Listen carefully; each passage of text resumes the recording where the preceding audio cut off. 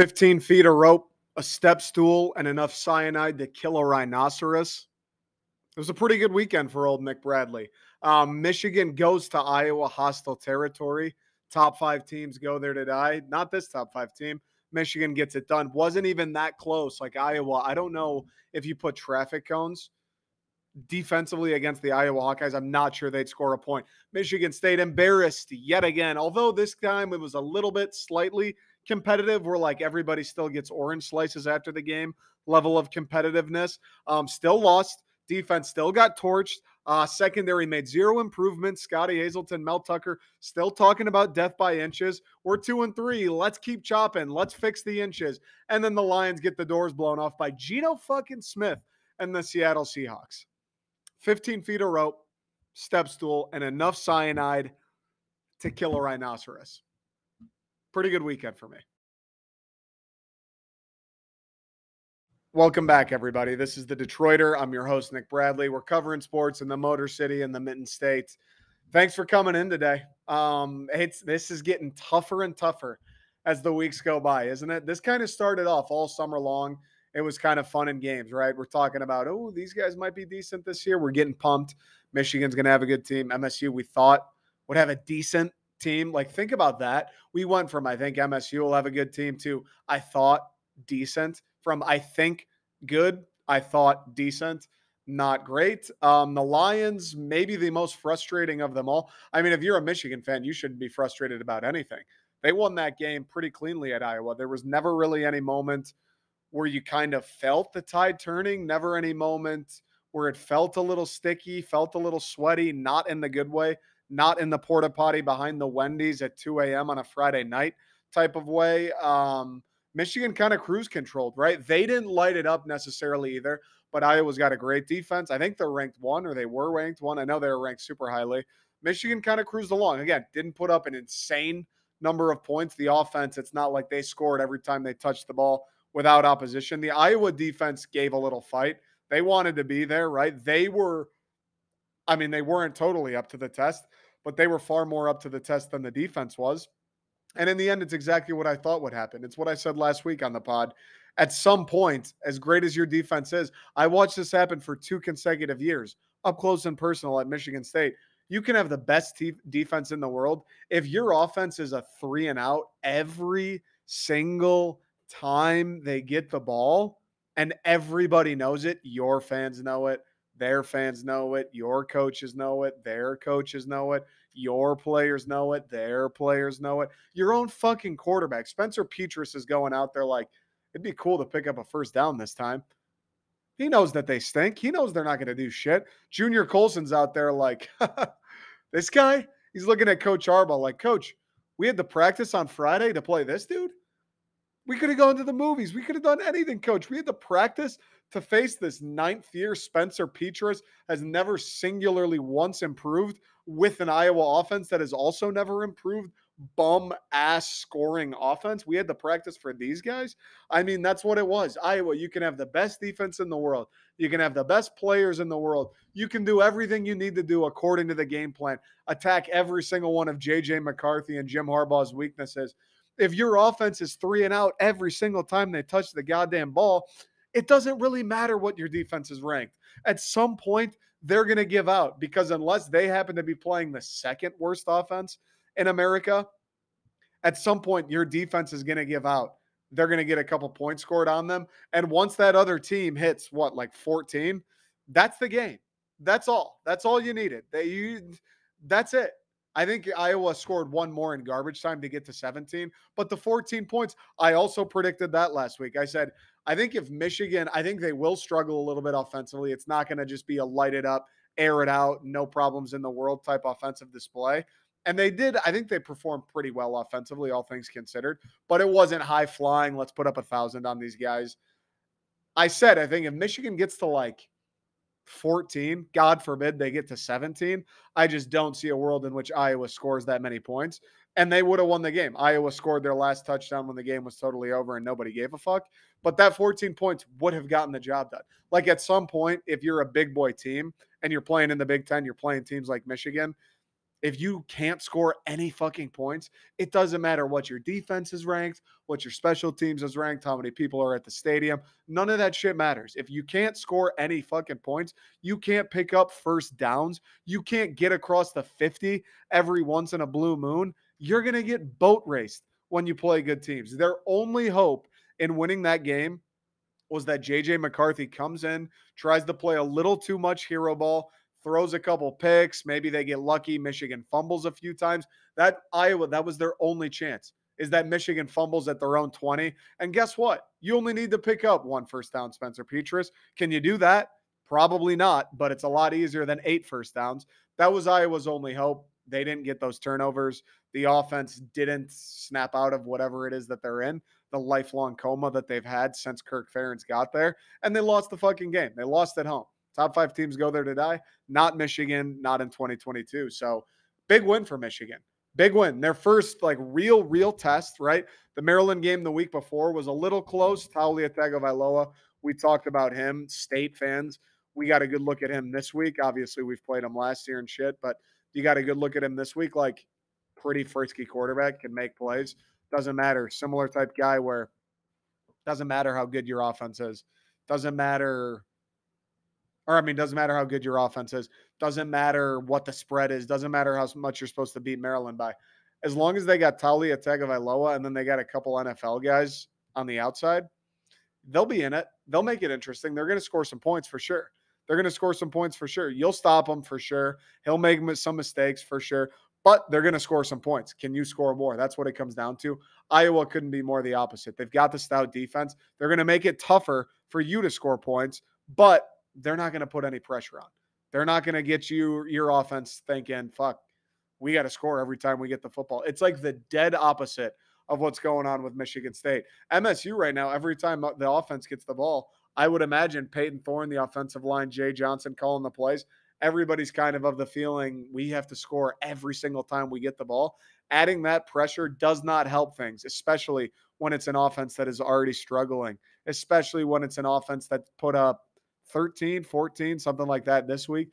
Didn't put up shit last week. Didn't put up shit really until garbage time against Washington.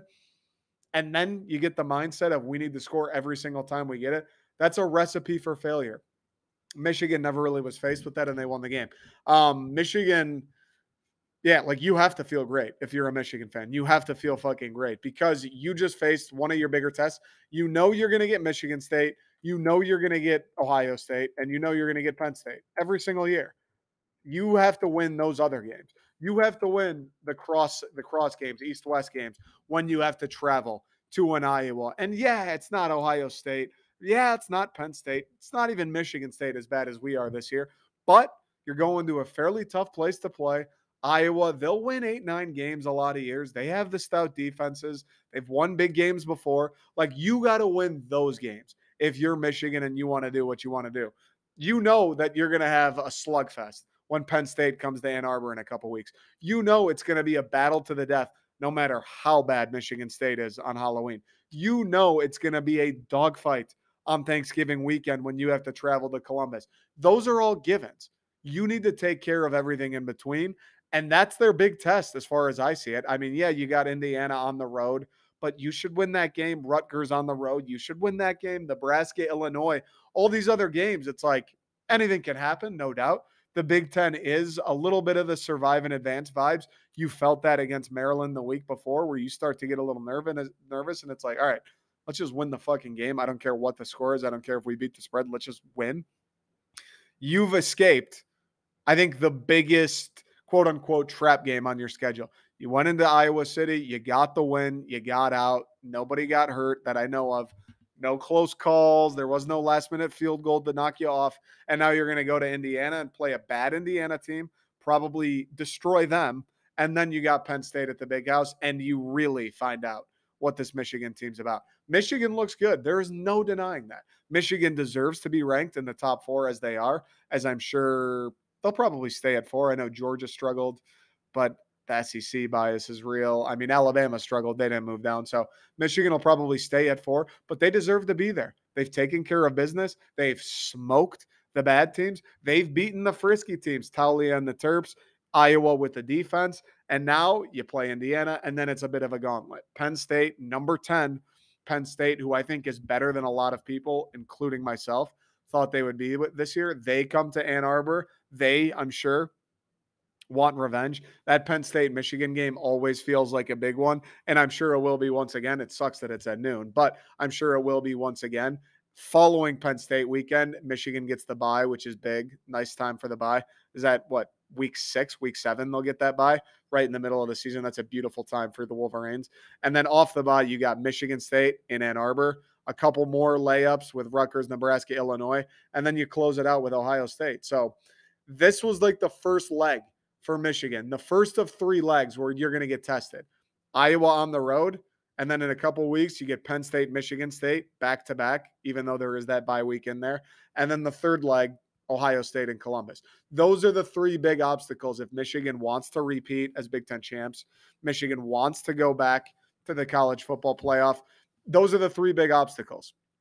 Iowa out of the way, so you have to feel good. I thought JJ played pretty well. This is the first Michigan game I've watched start to finish this year. The first 3, it's like I'll turn it on for the first quarter and then it's 21 zip and I'm going, all right, I'm going to watch somebody else play.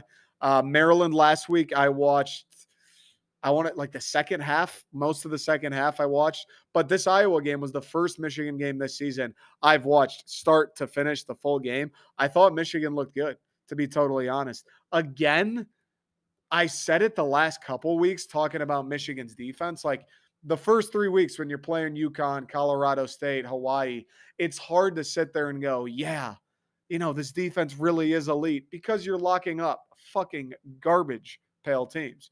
It's hard to sit there and go, wow, this is an elite group when you're locking up Hawaii. You know what I'm saying? It's hard to put the stamp on that. But then Maryland comes into town, pretty good offense. Michigan gave up 27. They got a couple crucial turnovers. They got some stops.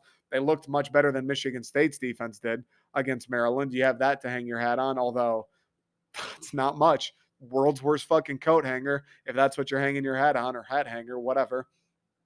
They beat Maryland. Didn't look overly impressive in that, right? Like won the game. But again, Taulia was moving the ball. Maryland scored. And if it wasn't for a couple idiot throws by Taulia Tagovailoa, which he's good for, that's part of the deal with him. He's going to make some sick plays, but he's also going to make some throws that make you want to peel your eyes out with a potato grater.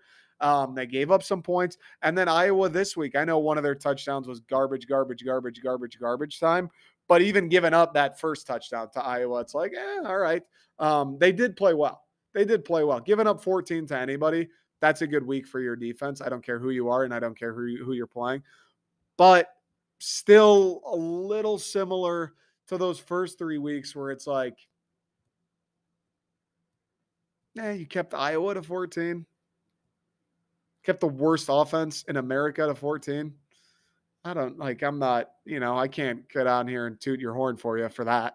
I can't come on here and talk about how upgraded and how elite, how equipped to stop Ohio State the defense is because you gave up 14 to Iowa. That's not the check mark on, these guys are actually good. I do believe Michigan's offense is for real good. I do believe that they'll move the ball on anybody they play in the country. Obviously, some teams will be harder to move the ball on than others, but I do believe they could play Alabama, they could play Georgia, they could play whoever. I do believe they're capable of picking up first downs, flipping the field, holding on to the ball for a little bit of time of possession, and ultimately scoring some points. They're not going to light up Georgia. They're not going to light up Alabama. Probably won't light up Penn State, Ohio State. Not lighting up Michigan State would be quite funny. It's hard for me to say that they won't, but these big schools, they probably won't light them up, but they'll move the ball on them. They'll score some points. Defensively, I think is the one question for Michigan, because the reason, you think about it, the reason Michigan won that game last season against the Ohio State Buckeyes was because of Aiden Hutchinson, David Ojabo, and then everybody else on that defense. Primarily Hutchinson and Ojabo just menacing CJ Stroud for 4 quarters. In his face every single play for the entire game. That's why they won the game. You couple that with Hassan Haskins and Michigan's offensive line just physically dominating the line of scrimmage, and there you go. It was a pretty comfortable victory for the Wolverines. I don't know if this defense has the same success as Michigan's defense did last season. You don't have, at least from what I've seen, Mike Morris had 2 sacks on that last drive, which great. Spencer Petras, again, for the thousandth time, is horrible. Iowa's offense for the thousandth time is fucking horrible. That's not going to be the same way Ohio State looks. I promise you that. That won't be the same way Indiana looks. That won't be the same way Penn State looks. That won't even be the same way the Michigan State Spartans, those fucking losers, us fucking losers look. So, I don't know if you have that same pass rush with Ojabo and Hutchinson. I don't know if you have that same fire on the defensive front this year. I know they're great internally with Mozzie Smith stopping the run. I don't know if you have those guys that are going to get after CJ Stroud like they did last year. But that said, the run game still is churning offensively, which is how they beat Michigan or Ohio State with offense. Hassan Haskins over and over and over again. Blake Corum is more than capable of replacing Hassan Haskins. That guy's a fucking stud. The offensive line looks great, and you upgraded at the QB spot. JJ is better. He brings more to the table than Cade McNamara does. That's just a fact. Although JJ will, I think he forced a couple against Iowa. He got lucky. I remember I was tweeting about it. In the first half, there were like 3 throws I remember where it was like, that's just a bad throw from JJ. There was one, I think Roman Wilson was just wide on a deep ball, overthrew him by like 5 yards. It would have been a touchdown. Another, Ronnie Bell probably walks in, threw it way behind him. Was supposed to be a back shoulder, still threw it behind him, incomplete. And then another down in the red zone. He tried to force one into Luke Schoonmaker. There were like 3 dudes around him. Probably should have been intercepted. JJ was pretty lucky that he wasn't. So while he does bring more to the table, and the upside of Michigan's offense and their team as a whole is way higher with JJ playing QB, I do still think there are the growing pains. Maybe they get all worked out by Ohio State, but I do still think there's the error, or not the error, but the aspect of JJ's game where he's young in this, he's inexperienced in this.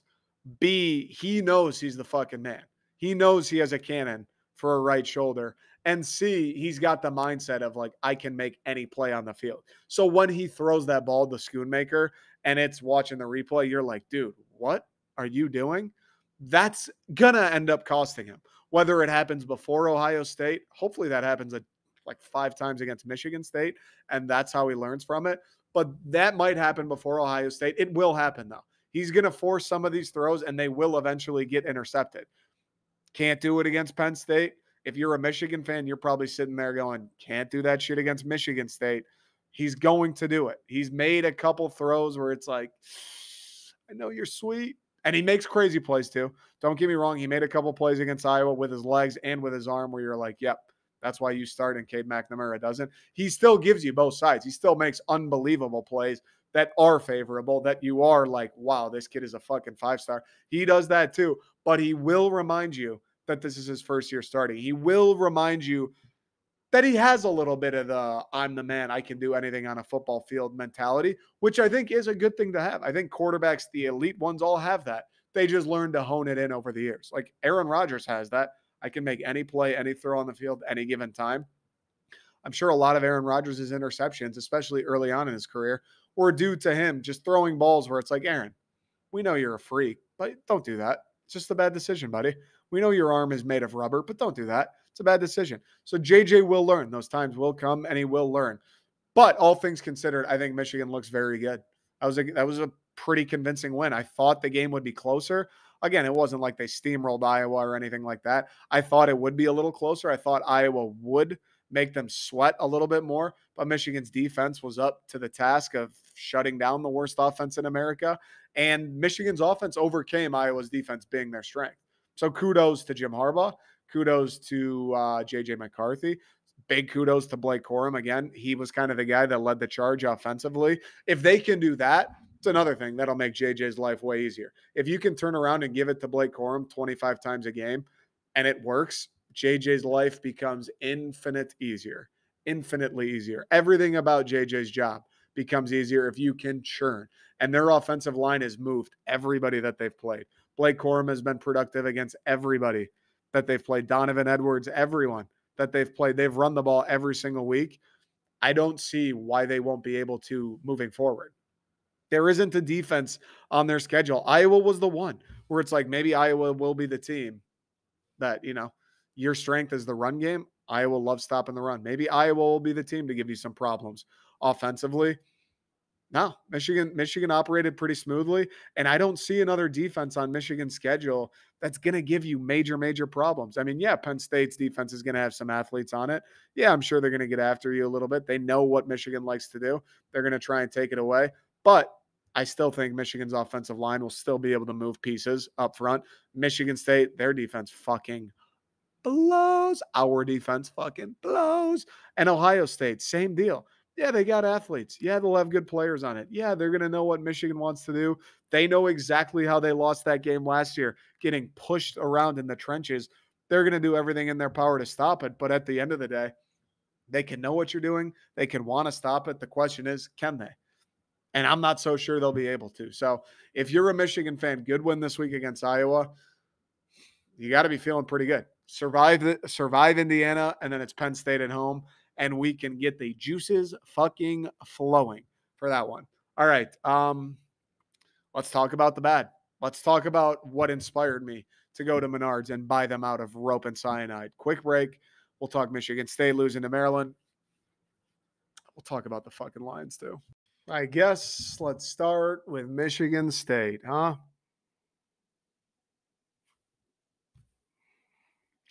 Stop me if you've heard this before.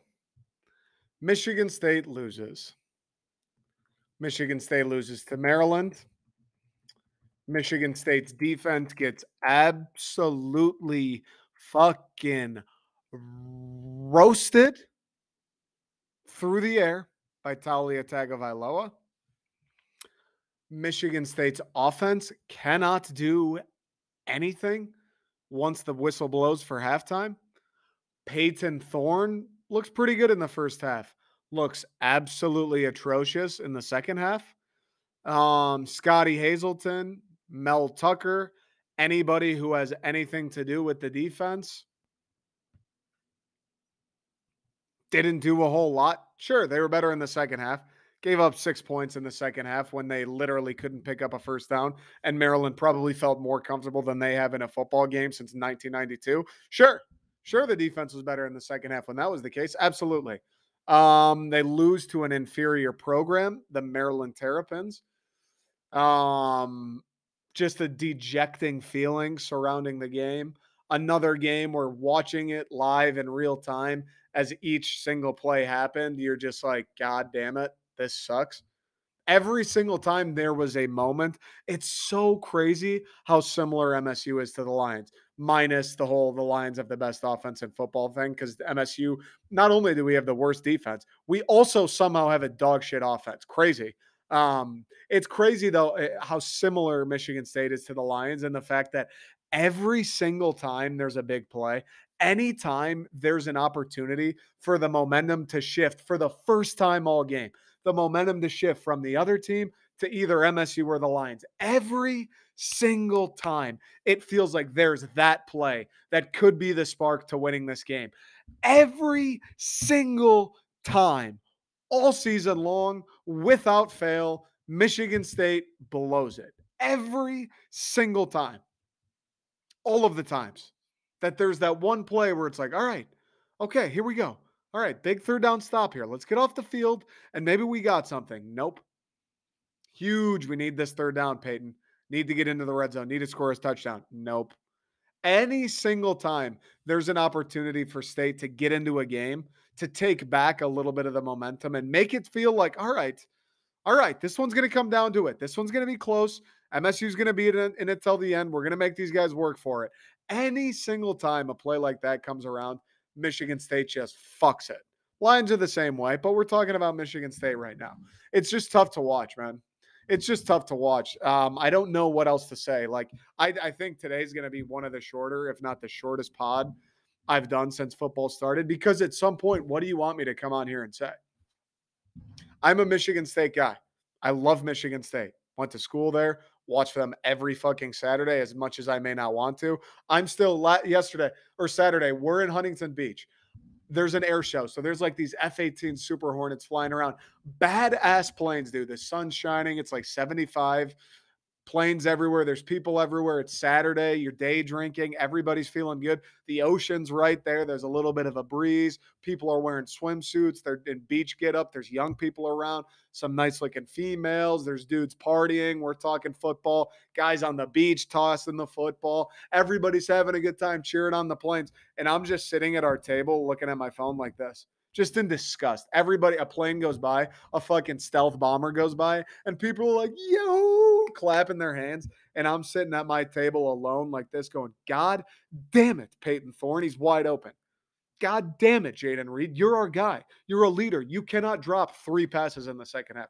That was me. Everyone's having the time of their lives. It's like July 4th light, and I'm sitting there fucking asphyxiating myself because for some reason I'm still watching the Michigan State game on my phone. I don't know what it is. That's just how I am. That's me. It's my life. I just don't know what to say anymore because it's the same things, right? We talked about it. I got a firsthand look at it at Washington, ripped my heart out of my chest. But you know what? Hey, shit happens. Washington, even though they just lost to UCLA, I think is a good team. Michael Penix is nasty. Shit happens. All right. Fine. We're upset. It sucks that it's the secondary that cost us that game. It sucks that it's the defense that was dog shit in 2021 that cost us our first big game of 22. Yep, that all sucks. But hey, you know what? West Coast road trip. Michael Penix is pretty good. Hard place to play. Okay, fine. It happens. Then we move to Minnesota.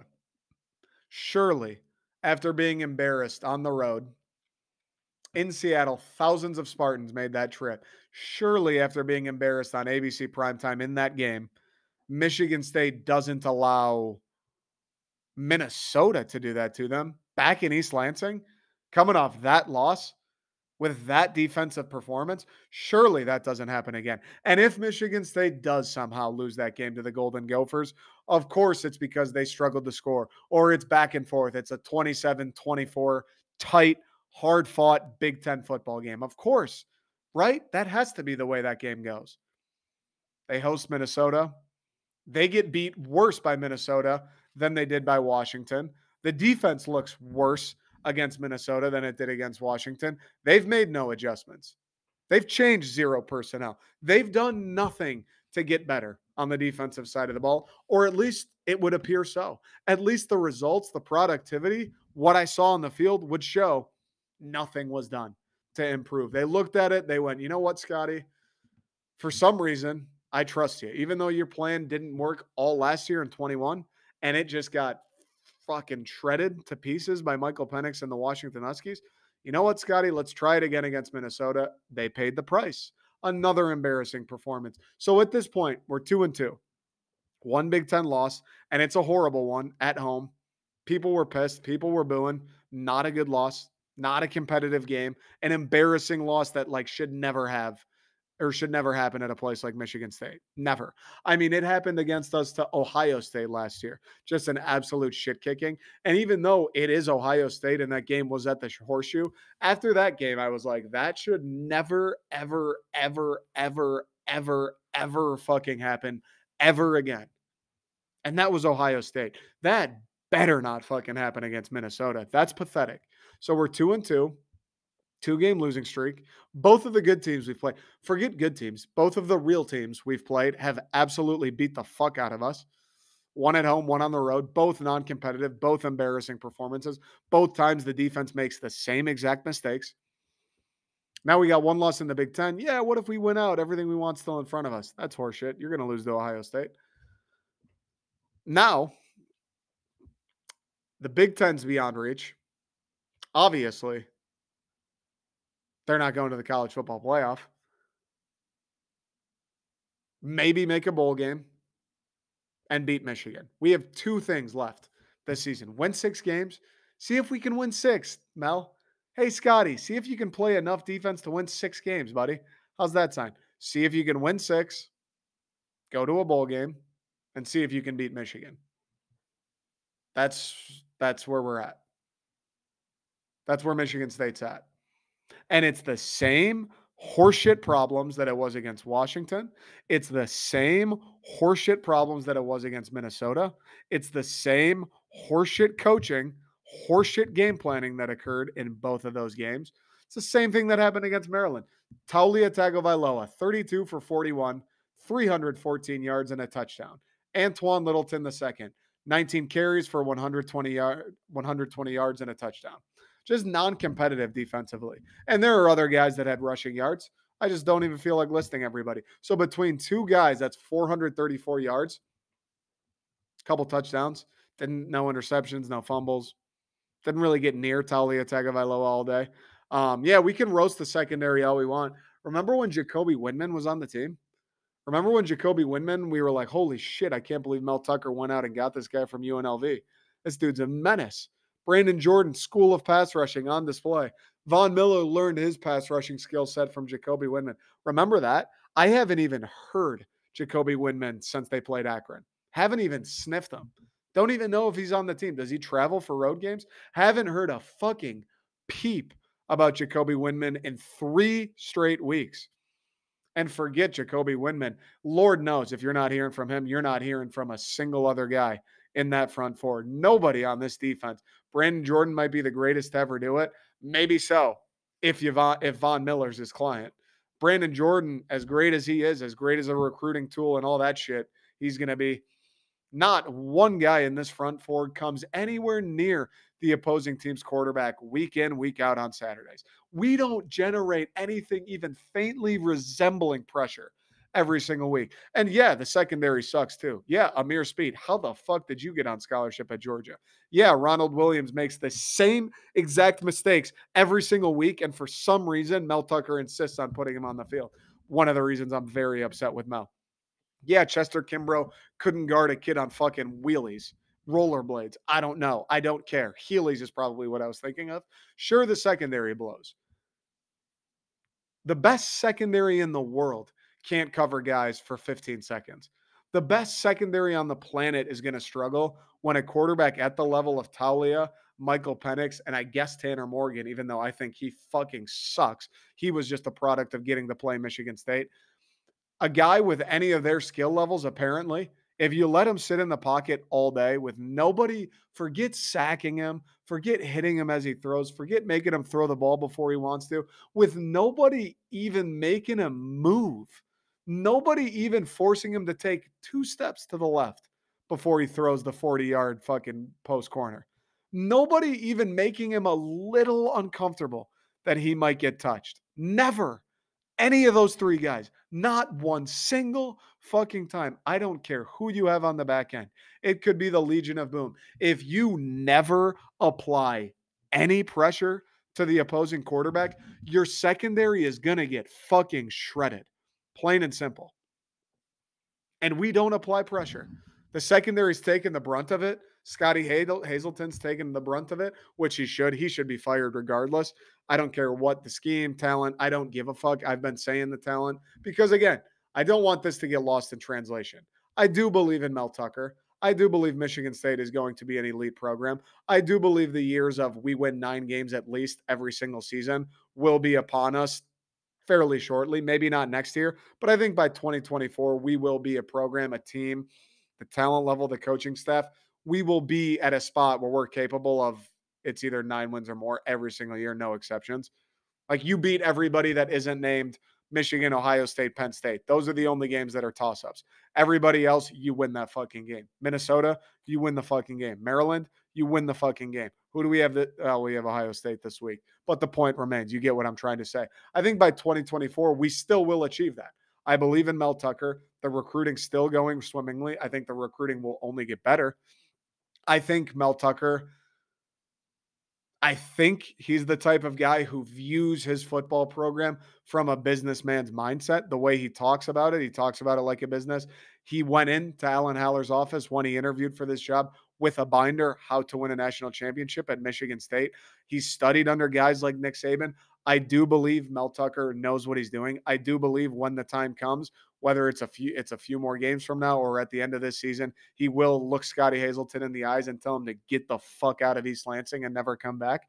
I do believe that will happen. I do believe Mel Tucker sees the value in the program, sees the potential, and is smart enough and aware enough to go, all right, maybe I'm not a defensive genius. That's okay. But I'm smart enough to know that Scotty Hazelton is not a defensive genius either. As a matter of fact, he's quite bad. So you know what? Let me go out and hire somebody who is. I'll do that.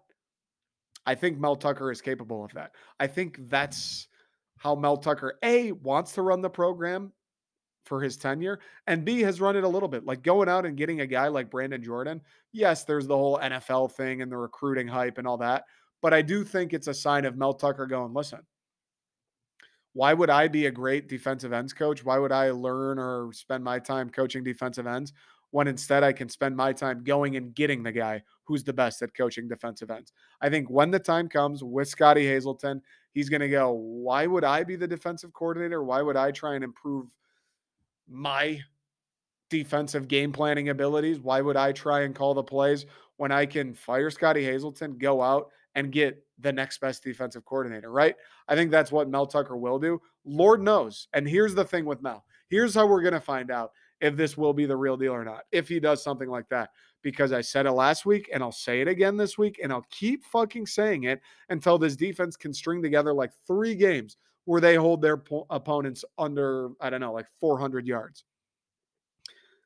Mel Tucker, or Nick Saban rather, is not keeping a guy around at Alabama who's in charge of a defense that happens to be one of the worst in the country. Nick Saban would have fired Scotty Hazelton after last season. Nick Saban would have fired Scotty Hazelton after that Washington game. Nick Saban would have fired Scotty Hazelton after the Minnesota game. Nick Saban probably would have just fired Scotty Hazelton for the hell of it after Maryland this past week. If Mel Tucker gets to the end of this year and we keep getting the same old death by inches, we're so close to being good bullshit, and he retains Scotty Hazelton, that will be the day where I start to have some problems. That will be the day where I start to look around going, oh, Mel, you didn't actually pull a fast one on us, did you? Because right now, all these people are going to make the $95 million jokes. Anybody saying there's people out there going, this $95 million Mel Tucker contract is the worst contract in college football. Those people are fucking idiots. I just, it's so early in Mel Tucker's tenure. People going, he has recruiting classes. No, he doesn't, bro. He came here, one recruiting class was signed, sealed, and delivered. All he did was show up. He didn't do anything. He didn't recruit anybody. And his next recruiting class, technically his first real recruiting class, like over half the cycle he just had to do through Zoom anyway. This class 2022, this is the first class where it's actually been Mel Tucker recruiting these guys. Or is it 2023? Because 2022 kids are all freshmen, right? This 2023 class is the first recruiting class where it's been Mel Tucker the entire time in person, none of the Zoom bullshit. It's been Mel Tucker identifying his guys from the very beginning of the recruiting cycle and pitching them in person to the best of his abilities on Michigan State. That's this class 2023, currently sitting at 23rd overall. Once Mel Tucker gets his guys in, if that day comes where we have 4 stars, now our juniors, now our seniors, our starters are across the board, it's tough to find a 3-star. When that day comes, if we're still 2-3 going into Ohio State, then we can talk about it being a bad contract. When those days come, if we're still getting embarrassed by Minnesota, then we can talk about it. Because here's the thing. Year 1 was a wash. It hardly even counts as year 1. Mel Tucker showed up and the season started. He goes, okay, I don't know. I can't even practice in person with my team, but I guess I'll coach them this year. It's just brutal, brutal, brutal, brutal season for Mel Tucker. Year 2, we are supposed to be the worst team in the Big Ten. We won 11 games. Kenneth Walker, generational. I understand. People are now moving goalposts on Michigan State. Like last season, it was always supposed to go the way it did. We were supposed to be the worst team in the Big Ten last year. We won 11 games. We beat Michigan. We beat Penn State. We beat Miami in Miami.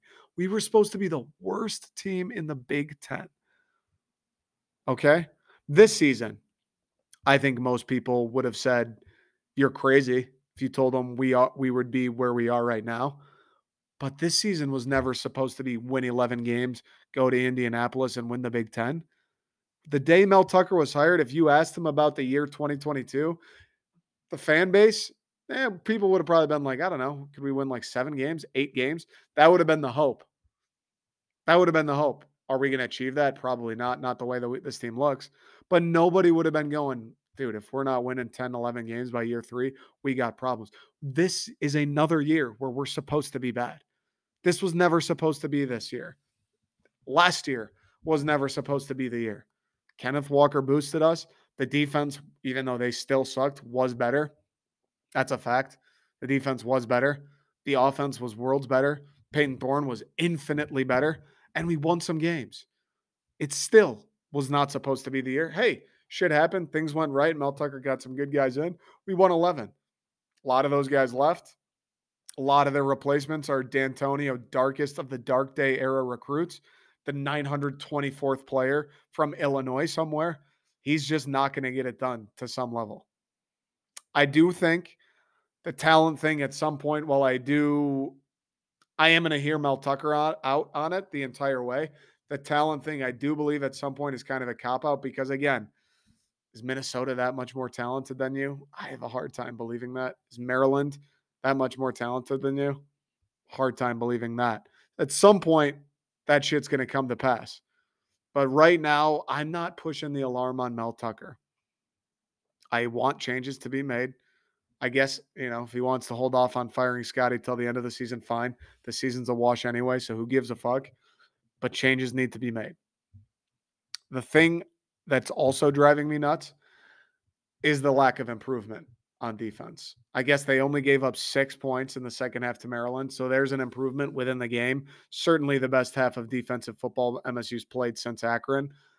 But now I need to see it against Ohio State. If Ohio State lights us up for 70, which it's probable, which everybody and their grandmothers will be predicting it, we're going to be right back to square one, get rid of Hazleton, freaking out, non-competitive, all that bullshit. Getting embarrassed is not okay. I don't care if it's year 1, year 2, year 3. I don't give a fuck how little talent's on the team. I don't care where we're supposed to be in the Big Ten standings. Getting embarrassed is never okay. Do I think it means that he's the worst contract ever? Do I think it means we should move on from Mel Tucker? No, you're an idiot if you think that. But getting embarrassed does not fly. I just don't know what to say about the team anymore. The offense sucks. The defense sucks. Peyton Thorne's horrible. I don't want to watch him again for the rest of the season. Mel Tucker and Scotty Hazleton and their lack of adjustments defensively make me want to throw up in my fucking mouth every single week. The defense is garbage. Our secondary is garbage. Our front four is garbage. Cal Halliday's fine. I don't know. That's it. Jaden Reed now. Like we're at the point where Jaden Reed's dropping passes. Like when you get to that point, you're fucked. Quick break. I can't talk about MSU anymore. So let's move on to a brighter subject, the fucking Lions. Woohoo. Quick break. The Lions get worked by the Seattle Seahawks. You like my Mariners hat? I forgot I never addressed this episode. For anybody who's out there like, dude, you're a Detroit fan. What are you wearing a Mariners hat for? Hey, bro. Hey, kid. Go do your homework, first off. Secondly, I was in Seattle. I went for the Michigan State game. Spent 3 days in the city. It was fucking awesome. I love Seattle. I had a great time. I was there and I was like, it'd be cool to get something in Seattle. It'd be cool to commemorate this trip to Seattle. I had such a great time with my friends and in the city. I'd like something that when I look at it, when I wear it, when I see it, I can go, oh, that was a fun Seattle trip minus the football game. And you know what else I happen to like? I really enjoy baseball caps. I wear hats a lot. As a matter of fact, a lot of the same people probably watching this right now have commented on my videos and been like, hey, man, where'd you get that hat? Whether it's a Michigan State hat, the cursive one, whether it's the Detroit one with the Red Wing and Tiger logo merged. A lot of people, you've probably seen me wear a hat and you've probably commented going, where'd you get it? Well, guess what? When I was in Seattle and I thought about that souvenir and I thought about the fact that I really like hats and I really like wearing them, I go, the Mariners are on a hot streak. They're pushing for their first playoff appearance since I was born. Not that I'm a Mariners fan or anything, but it'd be cool, get this, to get a Mariners hat. That'd be a cool thing to have to commemorate my trip. So now when I see the Mariners hat on my desk or I wear the Mariners hat, I'm like, oh shit, remember that trip? That was fun. Not to mention, I just like the hat. It could not mean anything with anything to do with anything to Seattle. It could just be an S with a compass and a baseball through it and not be affiliated with any place on the geographic earth. I just like how it looks. I like the navy. I like the teal trim. I like the white. I like the red. I think the S with the baseball and the compass is cool. I just think it's a cool looking hat. So if you're sitting there going, dude, what are you doing wearing a Seattle hat? Andy, I got a friend, Andy, gives me shit. I'm like, bro, I'm wearing a baseball cap. I have like 50 hats. You think every single one is either a Detroit or an MSU hat? You're on drugs if you think that's the case. Every time I go somewhere, I'm like, be cool to get a hat. I moved to LA. Within like a month, I had a Los Angeles hat. It's blue, it's white. It's not a Dodgers hat. It's Dodgers colors, but it looks sick. I saw it and I was like, that's fucking sweet. I live here now. I'm going to get that. I was in Washington, D.C. when I was in eighth grade. I went to the mall. They had a lids at the mall, like every mall does. And I went in there. I saw a gray cap, dark blue brim, red Nationals logo. And I go, that'd be cool. I'm going to get a Nationals hat. That's just what I did. I just get hats. I just get hats. Saw a Florida Marlins hat on sale a couple summers ago. Saw it on the internet. Teal cap, black brim, the old F with the Marlin like bending around the F logo. And I was like, dude, that's a sick fucking hat. I'm not a Marlins fan. Nobody on earth is a Marlins fan. But I was like, that's a cool hat. I like hats. I'm going to get that hat. I have an Atlanta Braves hat. Never been to Truist Park. Been outside it, been to the Battery. Never been to a Braves game. Don't care about the Braves. Haven't watched a single pitch of Atlanta Braves baseball this year. But you know what I do like? Their hat. I love how clean it is. I love how simple it is. I love their colorway. I love how if I rep, I don't know, like pair of blue jeans and like a dark blue shirt, I throw the Braves hat on and I'm like, God damn it, this is a perfect synchronization of colors. And I don't need to get a haircut for another 2 months. What a beautiful thing. That's why I have the hats. So anybody, oh, what are you wearing a Mariners hat for? You're jumping on the bandwagon right before the playoffs? Yeah, I'm jumping on the bandwagon before the playoffs. Have you heard of the Detroit Tigers? They're the biggest joke in North American sports. And I'm about to talk about the Detroit Lions. So, yeah, I hope the Mariners win it all. Am I going to watch every game? No. Am I going to go to Seattle and party? No, but I'd like to. Am I going to be devastated if they lose? No. Do I kind of want the Mariners to win? Yeah, I do. Because I like Seattle. The people there were cool. It was a sick fucking town. The Mariners haven't been good in like 30 years.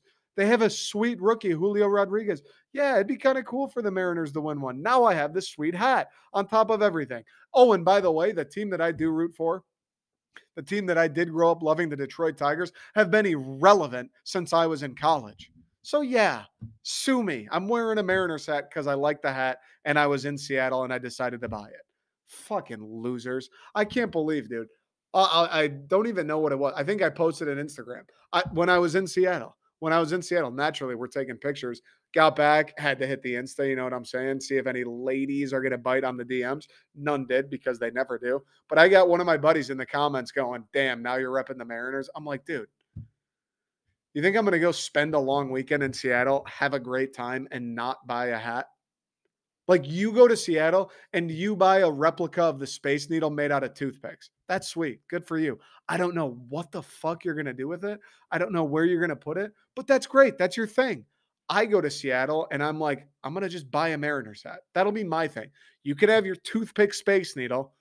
I'll take the Mariner set that I'm actually going to use. Everybody's got their thing. You can have that postcard that you're going to stuff in your backpack and never see again after you leave that gift shop. I'm going to buy the hat that I'll wear, I don't know, probably once, twice a month. And even when I'm not wearing it, I'm pretty lazy. So I'll probably just leave it out on a counter or on a table and walk by it and go, it's a fucking cool hat. Sue me. That's just, I like hats. Okay. Can we talk about the Lions now, please? God, I sound like a broken record when it comes to football in this state. God damn it. I mean, we know the tale, right? If you watch the Lions game, Geno Smith eviscerated us.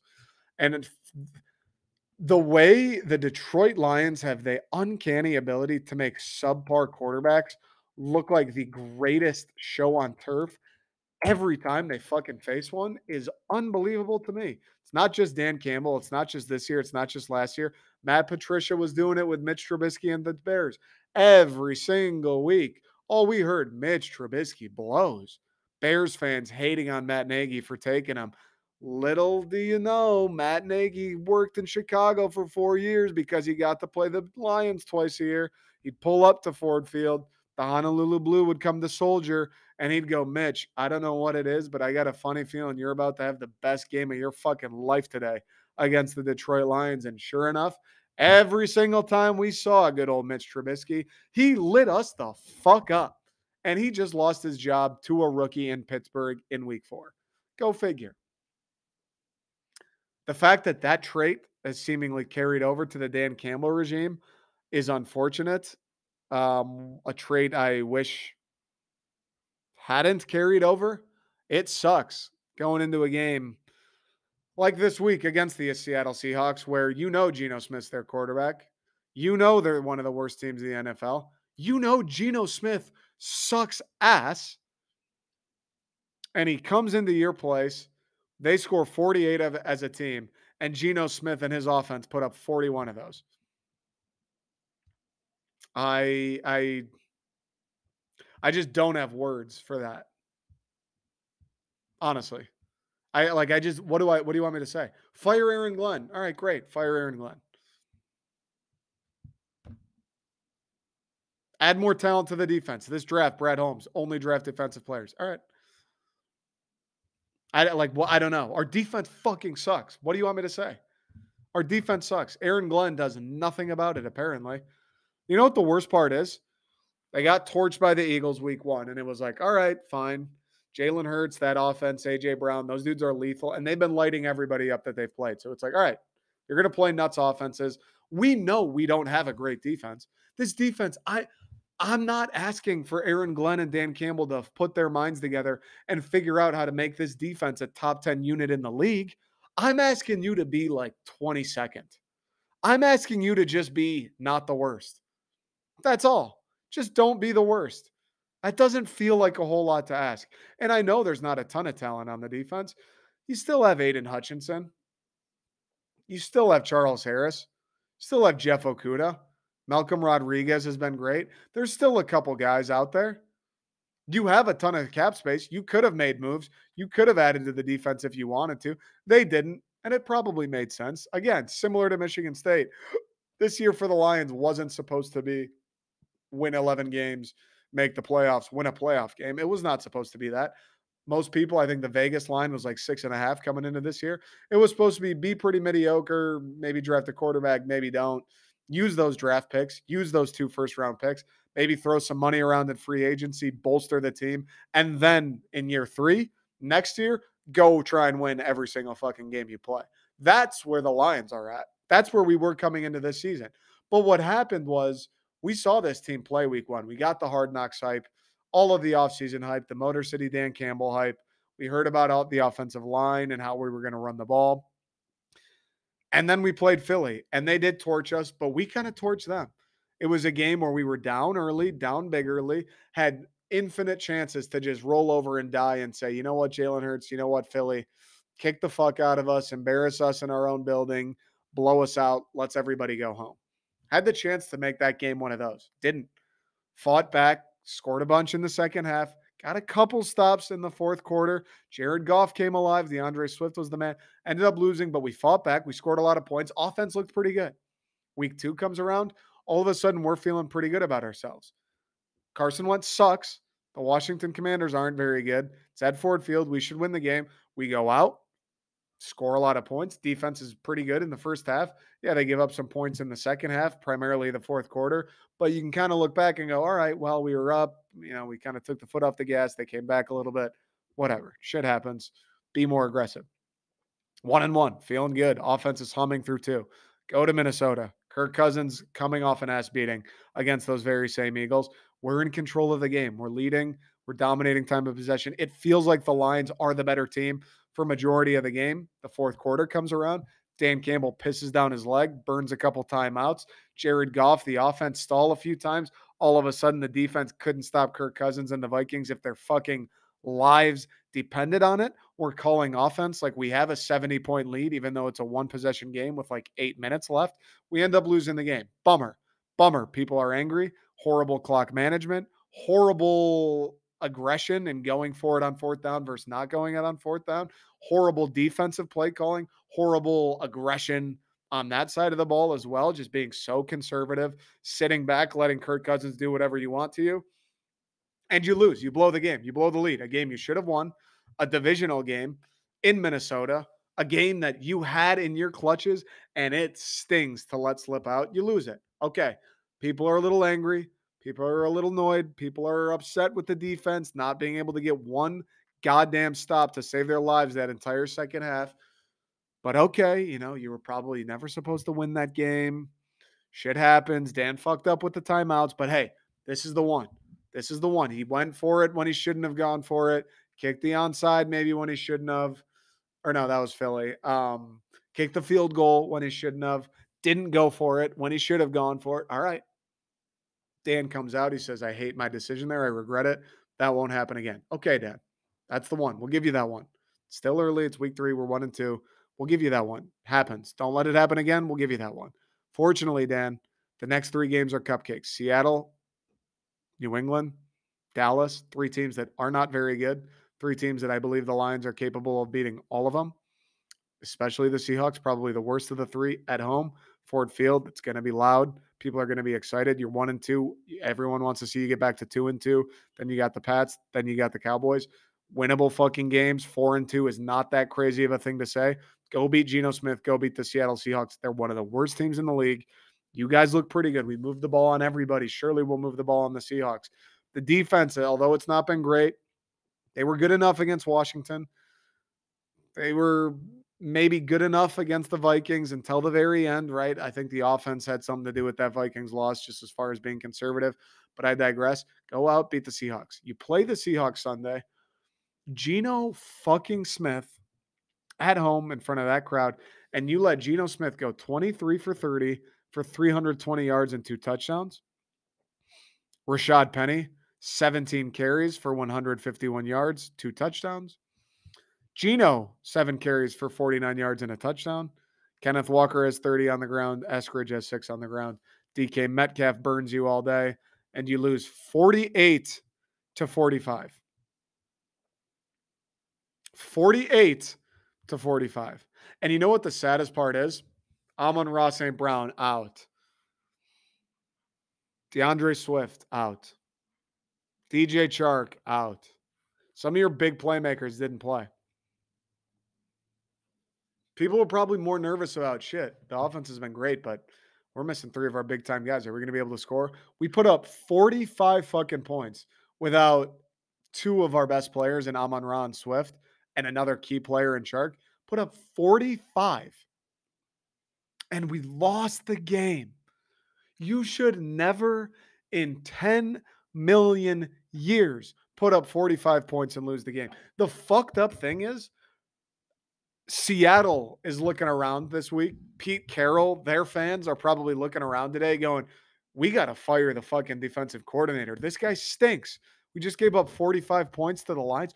You give up 45 points to anybody in the NFL. That's a horrible job. 45 in the NFL is nuts. If you give up over 30 in the league, your defense got torched. 45, they're probably talking about firing their defensive coordinator. And our defense is so fucking bad, they still won that game. Seattle's upset. Fans are probably talking about firing their defensive coordinator, and they still won the game. That's pathetic. Jared Goff, 26 for 39 for 378 yards, 4 touchdowns, and an interception. And we lost the game. That is fucking mind-boggling. We have the best offense in the NFL, and we're 1-3. I again, it's similar to Michigan State. That was the 4th game. It's the 4th time we've seen the exact same bullshit. I don't know what there is to say at this point. The defense sucks. Aaron Glenn cannot figure out what he needs to call to get them to perform. I'm not saying that this defense is caked up with talent and we should be shutting teams like anybody. Forget the Seahawks. We should be shutting anybody out. I'm not saying that that's the case. What I am saying is instead of being the 32nd defense in the league, I think we have enough talent to be like 26th Because if we were the 26th ranked defense in the NFL, we'd be 3-1. We probably lose that game to Philly.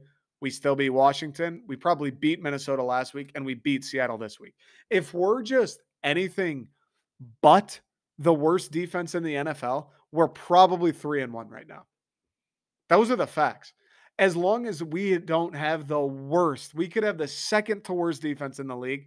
We're probably 3-1. We have the worst defense in the NFL. Ben Johnson's doing his job. God damn, is he doing it? Jared Goff's doing a hell of a job. The offensive lines lived up to the hype. Swift and Jamal Williams are the beneficiaries. The wide receiving cores looked great. We're 1-3. We're scoring the most points in the NFL. We're 1-3. Can't find a fucking kicker. Believe it or not, it's the NFL. I played with two kids in high school better than anything the Detroit Lions trot out there to take extra points. That's fucking pathetic. That's on Dan Campbell. That's a joke. Find a fucking kicker, dude. It can't be that hard. Go to the local high school. Go to Cass Tech, ask who plays striker, tell them to come suit up for the Detroit Lions once a week. Can't be that fucking hard. I promise you. And Aaron Glenn just does nothing to improve the defense. We sit back. We let guys like Carson Wentz, Jalen Hurts, Kirk Cousins, Geno Smith sit back in the pocket. We give them all day. And yeah, they're not the best. Kirk Cousins is solid. He's no world beater. Carson Wentz isn't very good. Jalen Hurts is good, granted. But Geno Smith's no good. Journeyman hasn't started much at all in his career. We let him sit back there. And these guys, all one by one after another, without fail, look like fucking surgeons of the football field. They look like Tom Brady's brain in somebody else's body. Is that a coincidence that it happens for all of these guys when they play the Lions? Is that a coincidence? The Bears, for instance, they haven't been able to score a touchdown for the lives of them. Everybody in Chicago talking about is Justin Fields the guy? He's showing some bad signs. If the Bears play Detroit this year, we don't play them until November 13th. If that first game Justin Fields breaks out and has 300 yards and 3 touchdowns, I'm going to lose my fucking mind on Aaron Glenn. Because here's the thing. I'm not an X's and O's guy. Never been a defensive coordinator. If you gave me a Madden playbook, I will call more successful defense than Aaron Glenn. It really can't be that hard to do. It really can't be. There's a reason Seattle's going to win like 2 more games all season long. They're fucking bad. Every other defensive coordinator in the NFL knows exactly how to call defense to stop Geno Smith and the Seattle Seahawks. All of them know what to do. And they're going to do it. And Seattle's going to finish the season 4-13. But they hung 48 on us. What the fuck what's the deal? We don't get pressure on the quarterback. We rush 4. Guys like Aiden Hutchinson, Charles Harris, who are supposed to deliver, don't do anything when we rush 4. We sit back. He has all day. Amanu Oruwariye, he's been fucking dog water all year. He doesn't get it done. They move it down the field. DK Metcalf has a field day. We give up 48 points. We rush 4. Alex Anzalone stinks. Malcolm Rodriguez is our only fucking hope outside of the front 4 to make a tackle in the run game. Rashad Penny gashes us. Every time we need a third down stop, Rashad Penny gashes us. We give up 48 points to the Seattle goddamn Seahawks.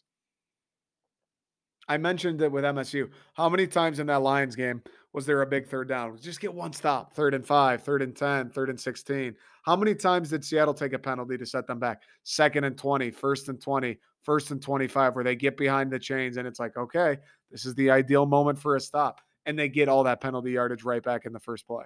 3rd and 5, get a big stop. 3rd and 16, this is the game. We get the ball back. We'll go down. We'll score. We'll win. One fucking stop. That's all we ask. They haven't punted all day. Rashad Penny, 40-yard touchdown.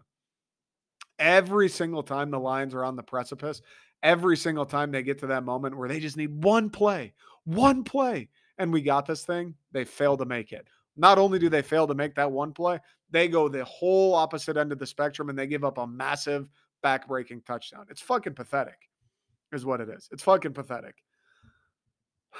Dan Campbell seems to believe in Aaron Glenn. At least that's what he said after the game. He believes Aaron Glenn's the man for the job. He believes they'll figure it out. I hope you're right, Dan, because he's been fucking horrible. It's unacceptable. I know you're an offensive guy, but you, Mel Tucker, you're the CEOs. You have a guy on your staff who cannot do what he's supposed to do. It's not a charity case. It's not hanging out with your buddies. It's not you're the defensive coordinator because, I don't know, I felt bad for you. It's you're the defensive coordinator because you know how to call defense to stop the other team. Aaron Glenn can't get it done. He didn't get it done last year. You added a second overall pick. He still can't get it done. He still hasn't made adjustments. He still lets quarterbacks sit back all day and pick us apart, even though that was the same bullshit that caused us to lose games with Matt Patricia, the same bullshit that caused us to lose games last year, the same bullshit that has cost us games this year and nearly cost us that Washington game. And yet in week 4, again, against a dog water quarterback and Geno Smith, he does it again. Lets him sit back all day, doesn't pressure him, doesn't send blitzes when he needs to. Geno Smith picks us apart. We give up 48, we lose. I don't know, man. I'm sick of it. I love the Lions. I love sports, but like, I don't know. I just don't. Like, I can't come on here every single week and talk about how bad Michigan State's defense is, how bad the Lions defense is, how bad the coordinators are, how bad the lack of adjustment from the coaching staff is. I can't do it every week. Like it is what it is, dude. You know what I'm gonna say. If you watch the game, you know exactly what the fuck I'm gonna say. It's not like we're losing in different ways. We've been losing the same exact way since Matt Patricia's first game because we can't play fucking defense because we don't pressure the quarterback. I know there's this whole thing going on with Aiden Hutchinson, like Michigan fans versus MSU fans. Fuck that. I don't know why anybody cares where he went to school. Aiden Hutchinson, I haven't heard his name called since Washington.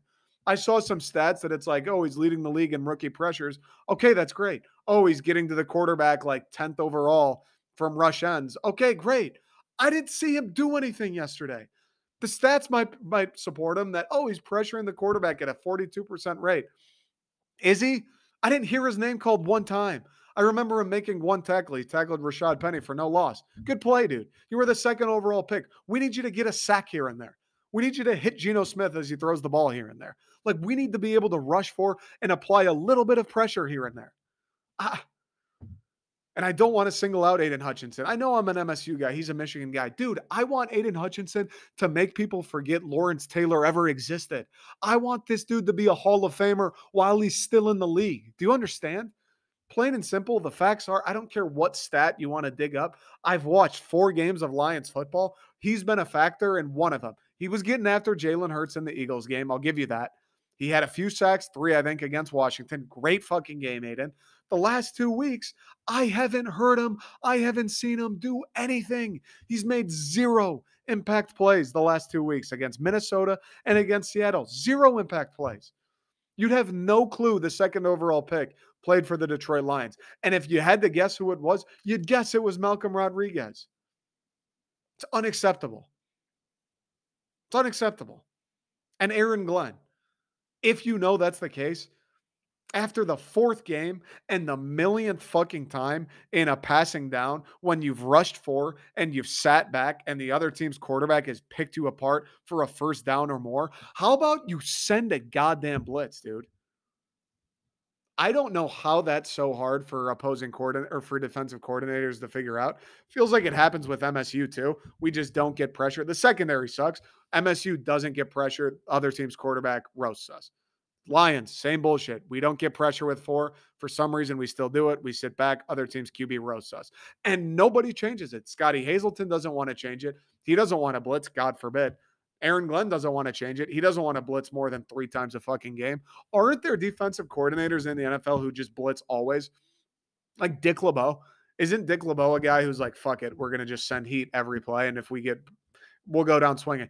I'd rather have Geno Smith make a throw while he's taking a helmet to the rib cage and beat us that way than have him make a throw where he's standing there with nobody within 3 yards of him and beat us that way. Yeah, let's go down swinging. Why do no defensive coordinators? I'm fine with let's try it out. Like Aaron Glenn, I'm cool with through week 3, through week 4. All right, let's try it out. Let's see if we can rush 4. Let's see if Hutch, Harris, let's see if those guys are good enough. Let's see if we can get some pressure with the most number of guys we can sit back in coverage. Okay, I'm down. Let's give it a try. Okay, here we are. You did the same bullshit last year, by the way, and it didn't work, but fine, let's try it. We're in week 4. You just got toasted by Geno Smith. Sitting back does not fucking work. Send pressure.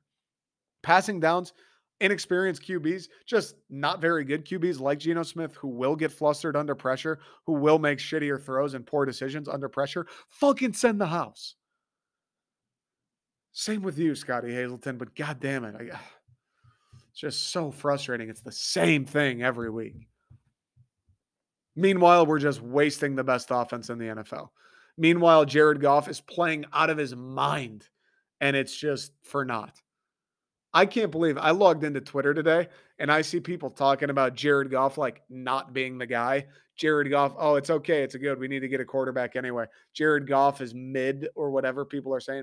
Bro, if you've watched the Lions for 4 weeks this year and you have any thought about Jared Goff not being the guy, if you're like Jared Goff, if Jared Goff is in your top like 10 reasons of why the season's going the way that it is, what are you talking about? You don't know anything. You need to watch the game. Jared Goff is the last thing from the problem. The guy's been unbelievable. I'm not even a Jared Goff guy. Coming into the year, he was the one reason I was like, yeah, I don't know how well we'll do. He's been lights out. Now I'm sitting here coming in. I was like, let's get Bryce Young. Now through 4 weeks, I'm like, dude, I don't know if we really even need to move on from Goff. At least not yet. This dude's been fucking incredible. And yeah, the offensive line gives him time and he's got some nice toys to work with.